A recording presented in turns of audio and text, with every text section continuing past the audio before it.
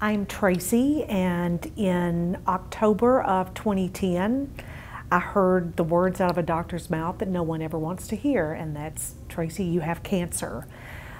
What I heard after that from lots of people was, "Oh, you have thyroid cancer. That's the good cancer to have."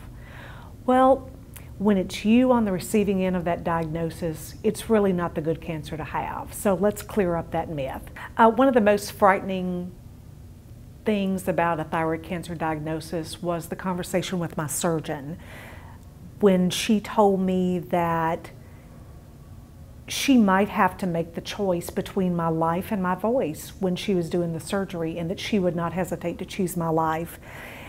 It brought on a range of emotions that I didn't anticipate. Obviously, as someone who sung in church choir for years, I didn't want to lose the ability to sing on Sunday and sometimes a little garage band action, but it just made me really aware of the conversations that I had with my family and friends, and really sensitive about how I used my voice. And I was one of the fortunate people. I did not have any negative impact of the surgery, and in fact I think my voice is stronger than it was for years before.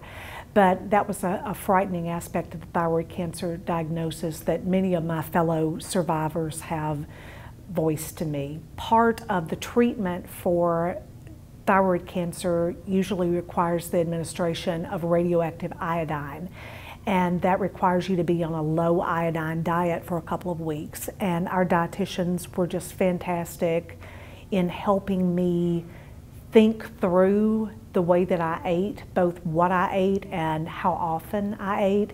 And a lot of the symptoms that some of my fellow survivors have reported, with tiredness and just really not feeling well during the time of not being able to take our thyroid hormone in preparation for the treatment, I didn't experience. And I really chalk that up to the support that I had by our team of supportive service professionals. A cancer diagnosis is really frightening to everyone, but the moment that it becomes approachable and that you feel like, I can do this, is when you meet another survivor who's been through the same sort of cancer and is living with the disease.